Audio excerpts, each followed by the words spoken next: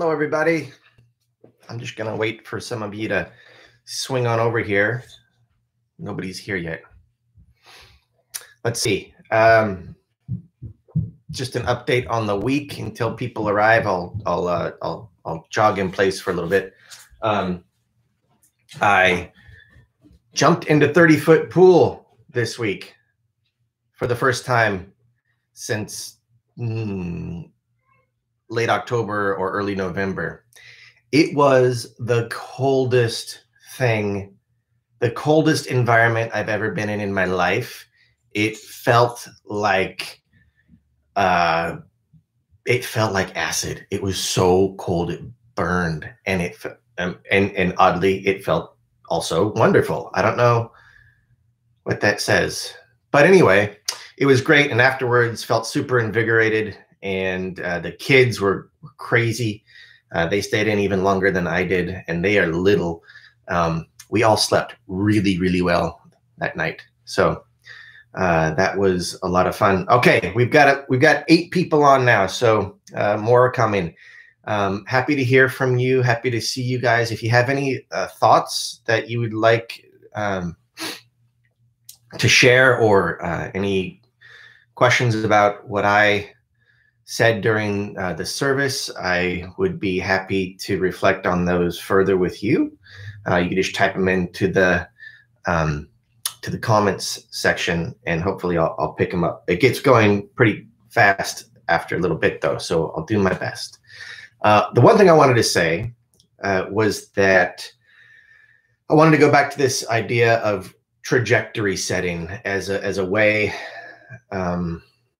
to craft influence, right? Like for me, there was a question I noticed Paul asked during the service about what is agency. So agency is like free will, free agency, right? Is free will. It's kind of like control, but I'm trying to parse that word and draw a distinction out of control. That's not control. So there's a sense of agency that's also not controlling. I guess there's a sense of control that's not controlling. I don't know. That gets to be kind of strange to think about. But agency is your self-determination, right? Like your free will. And in my view, we have a very limited amount of it, but we do have some, and it occurs when we are setting our trajectory, right? So this is a difference also between control and influence.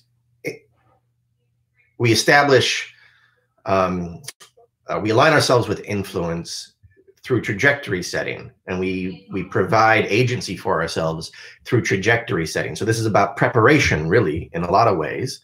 And Liz, I saw your question about prayer as influence, and that's kind of, to me, that's in a lot of ways what prayer is. You're framing the world in one respect, so that's a setting of trajectory, but you're also entering into conversation with it. A prayer is an acknowledgement that there is more going on and more agents at play than just you, and you are now opening yourself up to conversation with them or that. For me, prayer doesn't go up, it goes out. So in that sense, prayer, that's how I conceive of prayer as influence, because you're influencing your own disposition, you're influencing your frame, and you are also in conversation with rather than control over. That's right.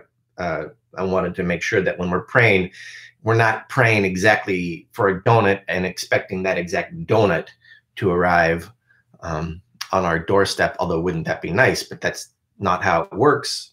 And in a way, thankfully, that's not how it works, because the way that it does work is more mutual, more co-creative.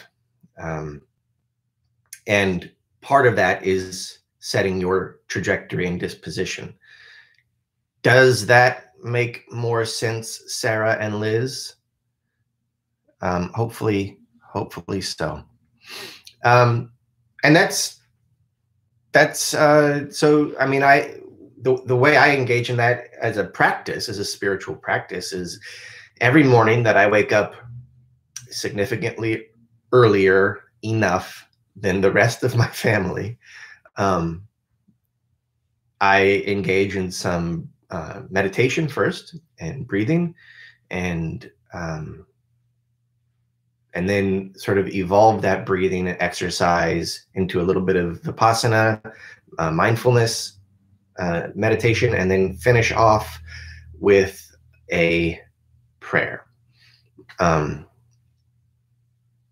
And so thereby, and usually the structure of my prayer, and this is true for when I pray in front of you all, is gratitude, apology, because I think that's actually necessary, and then an ask, and then sometimes an offering even. And all of that is a way of shaping this. By the way, I'm making a frame. I don't know if that's clear to you. So framing my mindset and also opening myself up to the sense that I am in a mutual relationship with the universe. Okay, so sending me a virtual chocolate donut. You're answering my prayers, Barb, although only virtually. Although we did have donuts this week. We got donuts at Cartem's, and they're very fancy donuts, and it was a splurge. It was pretty expensive, but you get a pre-box set of 6, and you know, and talk about you know, it's pre-boxed. That's a very good metaphor for influence and expectation and control, right? We don't know what we're getting. We prayed for donuts. We ordered them online. It was a technical prayer, a digital prayer. And then we were granted donuts, and we did not know what we were getting, but they were all beautiful and delicious. So that's what I've got for you today. If there's any other questions, I'd be happy to address them. Otherwise, I will let you all go grab your cup of coffee.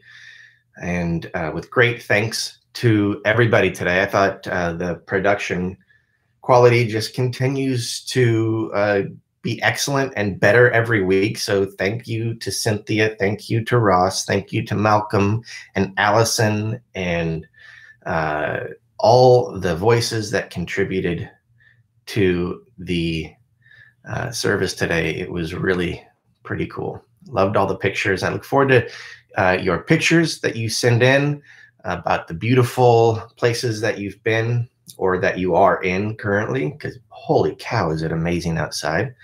So we look forward to seeing your representation of beauty, and perhaps I'll see you on Wednesday. We do the 12:30 midweek ministry, and always happy to hear from you on emails and Facebook. So have a great week. Hang in there. Brush your teeth every day, at least twice. Comb your hair. It's good for you. We got to remember to do the simple things here when we're in quarantine. So anyway, thank you all. Have a great week. I will see you when I see you. Bye-bye.